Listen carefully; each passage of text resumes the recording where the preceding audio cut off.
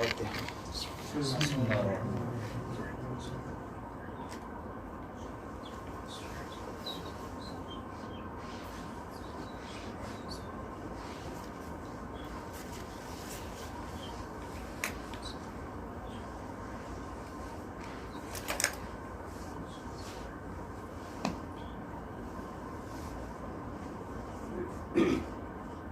حول ولا قوة إلا بالله العلي العظيم. أعوذ بالله من الشيطان اللعين الرجيم. بسم الله الرحمن الرحيم.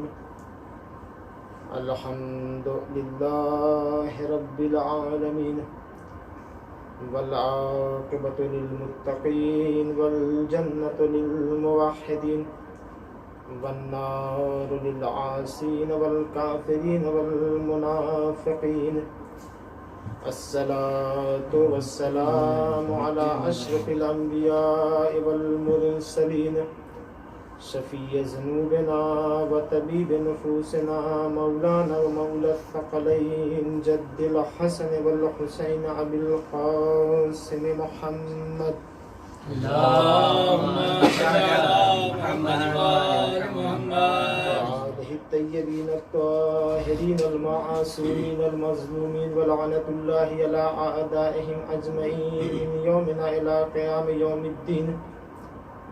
أما بعد فقد قال الله تبارك وتعالى في القرآن الكريم وقوله الحق بالحق.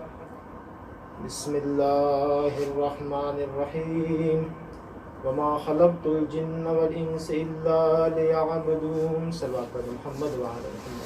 اللهم صل على محمد وآل محمد. عزیزان گرامی و برادران عزیز معزز سامعین، آج خمسے کی آخری مجلس جس کو خطاب کرنے کا مجھے موقع ملا ہے، اور یہ خمسہ اب بخوبی واقف ہے کہ امام سجاد کے حوالے سے یہ خمسہ رکھا گیا ہے. تو امام سجاد کے حوالے سے کچھ باتیں، کچھ نکات اور کچھ معروضات آپ کے ذہن عالی تک پہنچانے کی کوشش کروں گا کہ امام کی کیا عظمت ہے، اور شب شہادت بھی امام کی ہے. لیکن تمہیداً چند باتیں آپ کی خدمت میں عرض کر دوں جو ضروری سمجھتا ہوں کہ چوتھے امام کا تذکرہ چاہے کسی مجلس میں ہو یا کسی منزل پہ ہو یا کسی گھر میں ہو یا کسی محفل میں ہو یا کسی بزم میں ہو، کہیں بھی اگر چوتھے امام کا تذکرہ ہوتا ہے تو لوگوں کے ذہن کے اندر چونکہ کچھ چیزیں راسخ ہو چکی ہیں. امام کا تذکرہ ہوا، کسی کے ذہن میں یہ تصور پیدا ہوا کہ امام بیمار تھے.